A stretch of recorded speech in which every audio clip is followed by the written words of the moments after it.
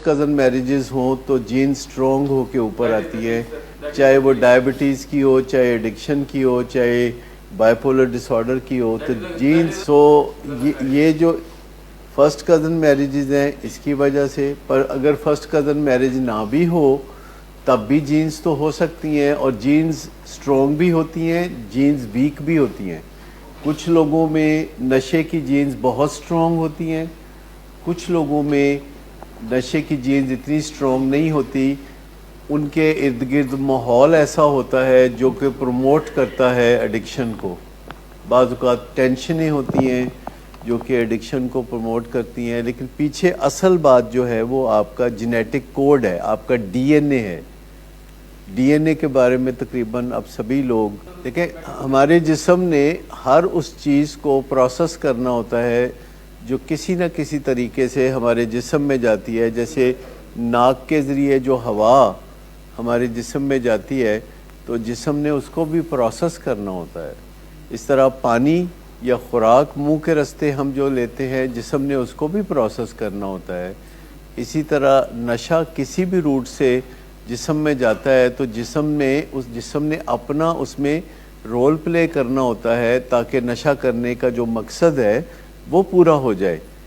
लेकिन आगे चल के ऐसे नकाइस पैदा हो सकते हैं कि आपका जिस्म नशे को प्रोसेस ना कर सके और उसमें कोई ऐसी जहरीली चीज़ें पैदा होनी शुरू हो जाए जिन्हें हम टॉक्सिक मटेरियल्स कहते हैं, जैसे अल्कोहल में एल्डिहाइड।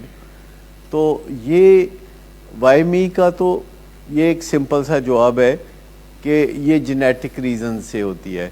दूसरी वजह ये वाई यू कि आपने उस सोबत में जाके रहना सहना शुरू किया जिस सोबत में आपको नशे का तारुफ हो गया।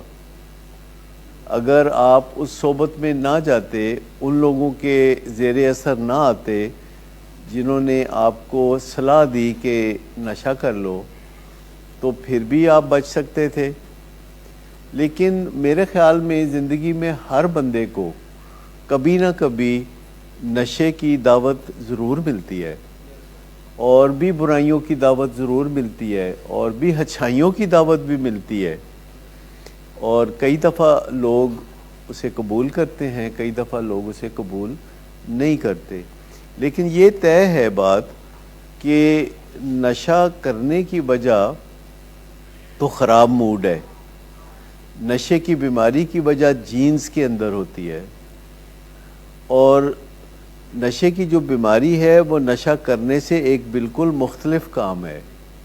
नशा करने से पसमानदगी आती है, लेकिन नशे की बीमारी से बर्बादी आती है। दोनों में ज़मीन आसमान का फ़र्क है। नशे की बीमारी सोबत से नहीं आती, जीन से आती है, पर नशे का इस्तेमाल अमूमन सोबत से आता है। अमूमन नशे का इस्तेमाल माहौल से मिलता है, माहौल से मैसेज मिलता है।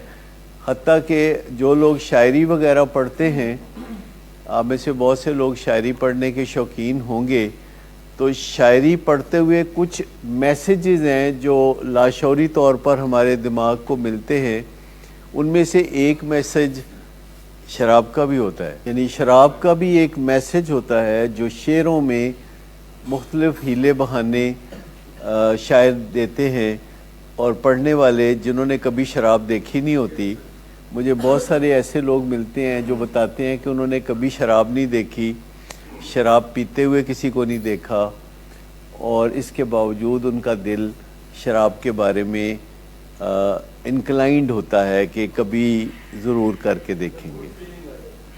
ऐसी उनकी सोच होती है, क्योंकि कहीं ना कहीं शायरों ने इस बारे में कोई ऐसी बात की होती है जो रोमानवियत से भरपूर होती है, या हमारी ज़िंदगी के लतीफ़ जज्बात से उसका ताल्लुक़ होता है। जो जीन्स हैं दैट कॉजेज़ दी एडिक्शन, लेकिन एनवायरनमेंट है वो उससे मोटिवेशन मिलती है टू डू ड्रग्स और टू ड्रिंक अल्कोहल।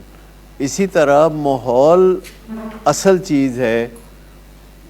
जीन्स को बीट किया जा सकता है, बहुत आसानी से बीट किया जा सकता है, लेकिन माहौल को बीट करना کافی مشکل کام ہے. اگر آپ غور کریں اور آپ کو پتہ ہو کہ آپ کو خاندانی طور پر ڈائبٹیز کی بیماری مل سکتی ہے تو آپ اسے بہت آسانی سے بیٹ کر سکتے ہیں.